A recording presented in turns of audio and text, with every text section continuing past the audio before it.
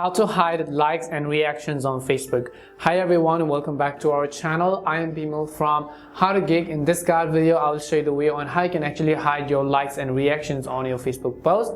But before we get started with the video, if you are new to our channel, do make sure to leave a like and hit the subscribe button. Without any further ado or delay, let's get started with today's video. First of all, simply make sure you have either downloaded or updated the Facebook app to the latest version, and you can do this by heading over to your app store, in the search box typing in Facebook, and go ahead and simply either download or update the app. Once you've updated the app, the easiest way to do is you just simply launch the Facebook application, and the next thing you want to make sure is that you are logged into your account. And after you are logged in, you can see this is how it is going to look like. What you have to do is to just come to the menu page by going to the menu icon on the top right or bottom right icon. Scroll down to the bottom and expand the menu called Settings and Privacy. Once you expand this menu, you'll find these options. Just go to the one that says Settings. And as you go to Settings, you'll be able to see a list of these options again. At the very top, just go to the one that says Profile Settings. So go ahead and select Profile Settings.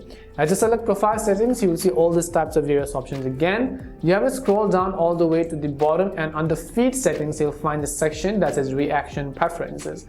If you don't find it, you can also simply search for it in the settings bar over here, but simply select Reaction Preferences. Now you can see two toggles over here.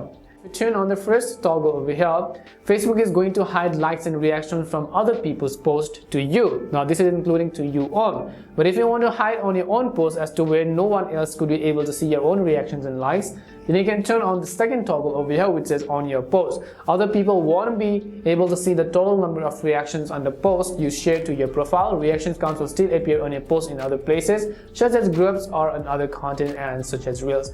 But this is it. This is the second toggle that you want to turn on if you want Facebook to actually hide your own reactions and so on.